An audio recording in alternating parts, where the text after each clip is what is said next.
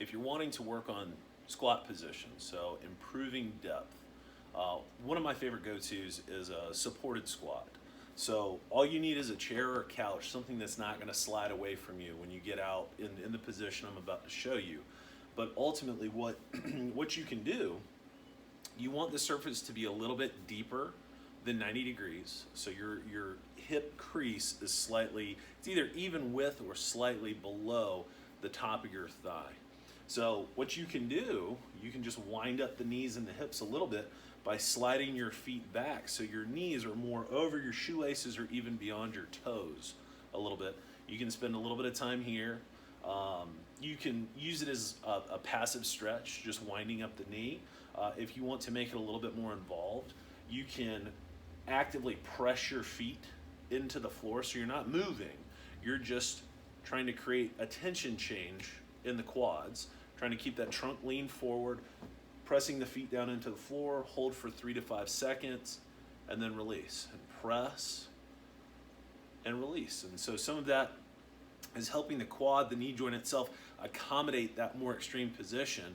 Most people are used to having their feet out in front of them, and then they roll and stand up to get up off the floor or off the chair. So if you want to turn it into a slightly more aggressive position to really work on that depth, you can get your feet square, and so ultimately you will slide your butt closer to the edge.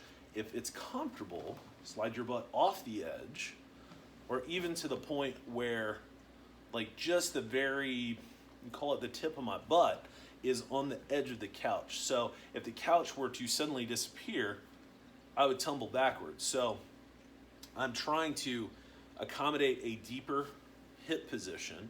I'm trying to accommodate a deeper knee bend, knee flexion position. Trying to keep those knees out over the shoelaces, out over the toes, or even beyond the edge of the shoe. So if you can comfortably get in this position or some degree of this position, try to spend 10 seconds here. Try to accumulate time here. So you don't have to spend 2 or 5 or 10 minutes in this position without stopping. You could spend 15 seconds here, bail out of it, kind of let everything recover, put your legs out, shake everything out a little bit, come back to the position, and get back into it, and just hang out.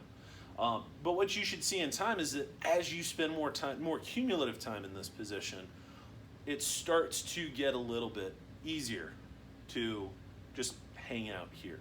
And what you should notice is that as this gets easier, assuming a deeper body weight squat without support should become easier.